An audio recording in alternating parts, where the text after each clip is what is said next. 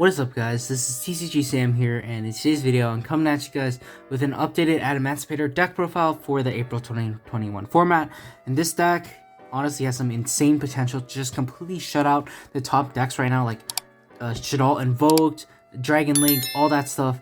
Like, you're able to absolutely destroy them, even trap decks as well, and I'm going to show you guys why and explain why this deck can actually do that, and it can still put up some really insane boards. So honestly, let's just get straight into it.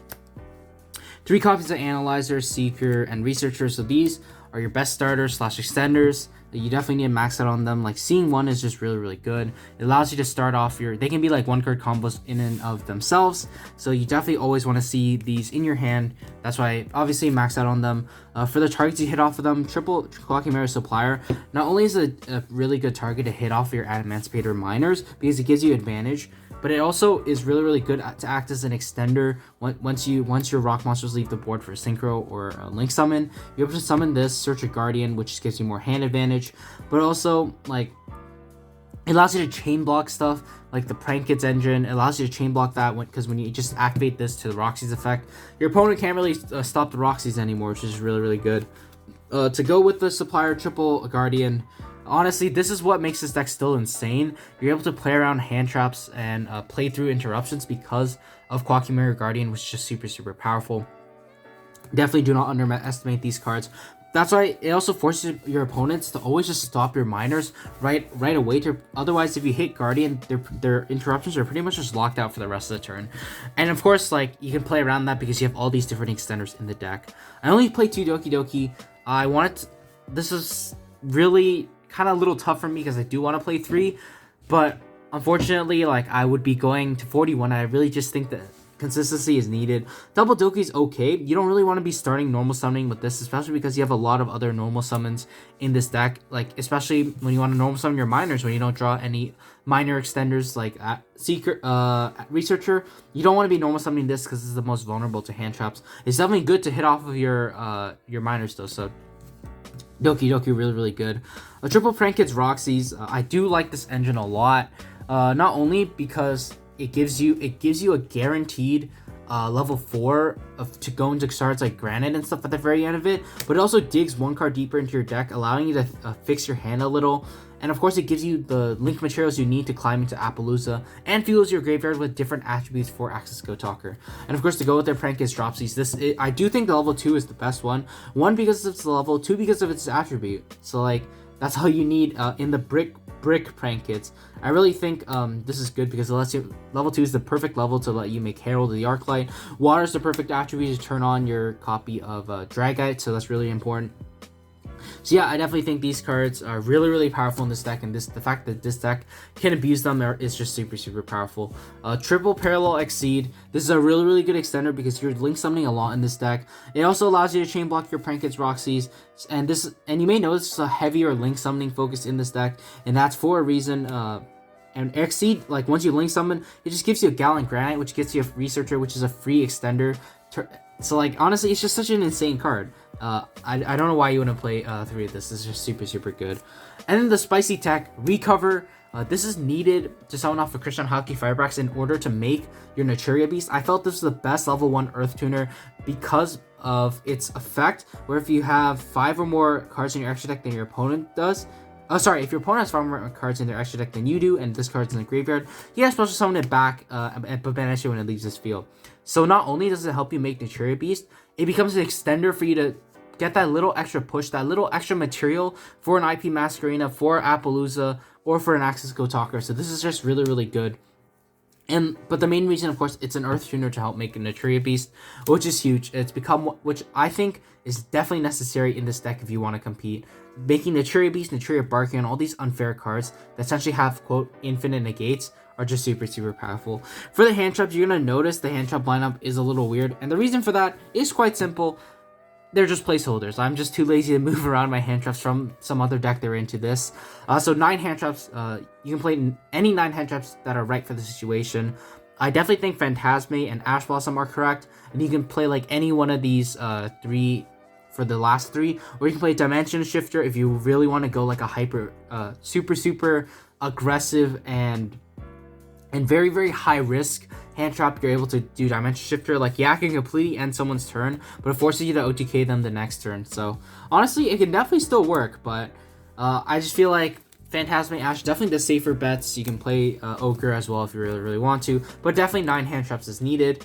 So that's a lot of monsters. We would be, I think we would be playing Sekka's Light if it was at 3, but since we can't, double Desires. I think Desires is really good in this deck. Yes, we have 2 1-ups that we don't want to banish in Dropsies and Recover, but even if we banish them, it's really not the end of the world because we just have so many cards that like are so good to draw. Like, we draw any of the minor extenders later on, we draw a Kwakimura Supplier later on, and it's obviously a good starter as well. Like, I just think Desires is super good in this deck. I don't have space for the 3rd, but I think 2 is definitely more than enough. And of course, all the Reborn spells, you just want to be maxing out on these. These are your really powerful extenders. Monster Reborn, obviously, but Signs is really good in this deck. Why would you not play 3 more Monster Reborns that also allow you to stack your deck and make sure your miners always hit? So definitely, Signs is really good. Signs is also really good because when you normal summon your Doki Doki, discard a miner, and they stop your Doki Doki, you bring back the miner, stack your deck, and then you're just able to go off from there. So yep, definitely really powerful. 40 cards, like I mentioned, you definitely want to be keeping it as consistent as possible. For the Synchros, 1 copy of Raptite. This is the only level 6 I play, and I think this is the only level 6 you need. It just acts as an extender. If it stays on the board, it acts not only as a DD Crow, because you have wins in Parallel Exceed and Dodo Doodle Doo in your extra deck. Like, it also gives you a follow-up for one of your very few follow-ups in this deck, which I will mention is kind of a problem with this deck. It's in a way sort of Glass Cannon because it doesn't have the best follow-ups, but that's okay because usually the boards are insane enough. 1 Dragite, this is really good. Not only is it a negate, but it also helps remove cards when going second, which is super important. 1 Herald the Arclight, 1 Savage Dragon for the extra negates. You can definitely make Herald before your 5th summon when your hand is right. And of course, Boiled Savage is just really good to end on as an Omni negate. And then finally, Naturia Beast. This is the star of the deck. I wanted to make this the star of the deck. Honestly, this, in my mind, just completely destroys some of the top decks right now. Like, it completely destroys Shaddolls because they need their fusion spells, their magical meltdowns, their invocations. Like, they need all that stuff to resolve. If it can't resolve, then like they just lose the game. And honestly, I just feel like Beast is really good because you're always backing up Beast with other interruptions like Borreload Savage, Herald the Arclight, or Appaloosa. So Beast, in a way, is always protected from cards like Fleur de Lis or whatever. The unfortunate thing about Beast is it's pretty small. It's only 2200, so it's pretty easy to get over. But for most decks, if they don't have spells, like, they really need their monsters to shine, and a lot of decks just don't really have that right now.